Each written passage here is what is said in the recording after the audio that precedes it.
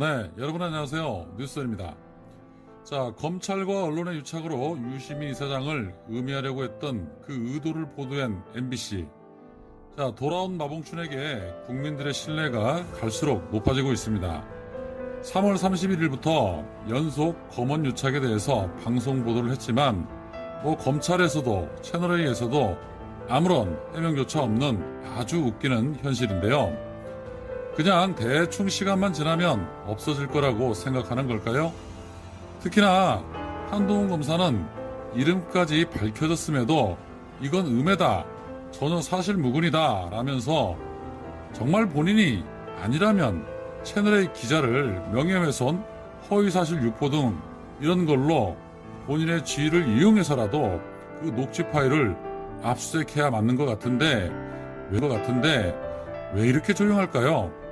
검찰 역시도 검찰의 명예를 실추시키는 이 사건에 대해서 다른 사건과는 다르게 너무 수동적인 게 참 이해가 안 갑니다. 그런데 이유가 있었습니다. 그들에게는 계획한 게 있었던 겁니다. 자, 본인들이 직접 나서기에는 부담이 있었던 걸까요? 작전이 들어간 것 같습니다. 바로 이 사건의 제3자로 지목이 됐던 야당 인사 중에 이름으로 거론된 최경환 전 부총리입니다. 최경환이 오늘 신라젠의 전환사채 매입 의혹을 보도한 MBC 관계자들을 서울 남부지검에 형사고소를 했습니다. 아울러 서울지법에는 방송의 금지를 구하는 방송 가처분 신청까지 했습니다. 최경환은 신라젠이나 그 관계인들과 일면식도 없는 생면부지의 관계이며 어떤 형태로든 신라젠 전환사채를 매입한 사실이 없음을 다시 한번 분명히 밝힌다고 했습니다. 그러면서 이번 보도는 기본적인 사실관계조차 확인하지 않은 채 방송을 한 명백한 가짜뉴스라며 명예를 심각하게 훼손했을 뿐 아니라 이와 유사한 후속 보도가 예정이 돼 있어서 명예가 심각하게 훼손될 우려가 매우 크다고 밝혔습니다. 그러면서 MBC는 신라젠의 법인 등기부 등본 등 기초 사실만 확인을 했어도 이철 씨의 편지 내용의 거짓임을 쉽게 알 수 있었다며 그런데도 전혀 확인을 하지 않고 방송을 해서 그 죄질이 매우 나쁘다고 비판을 했습니다.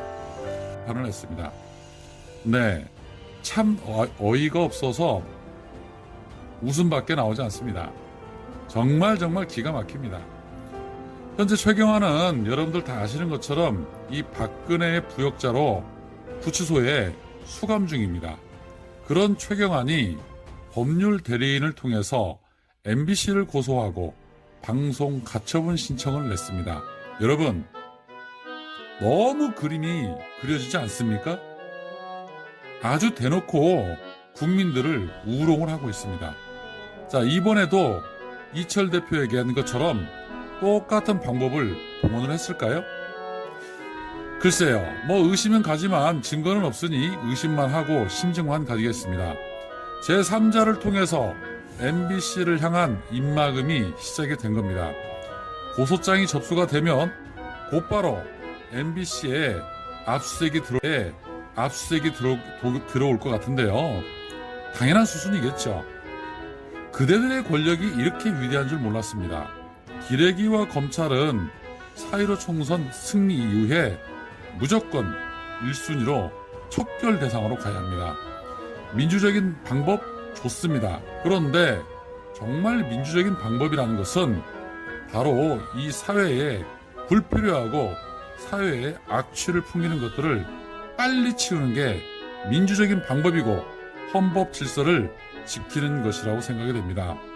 결론은 모든 해결책의 근본은 이번 4.15 총선 대승만이 답이고 길입니다.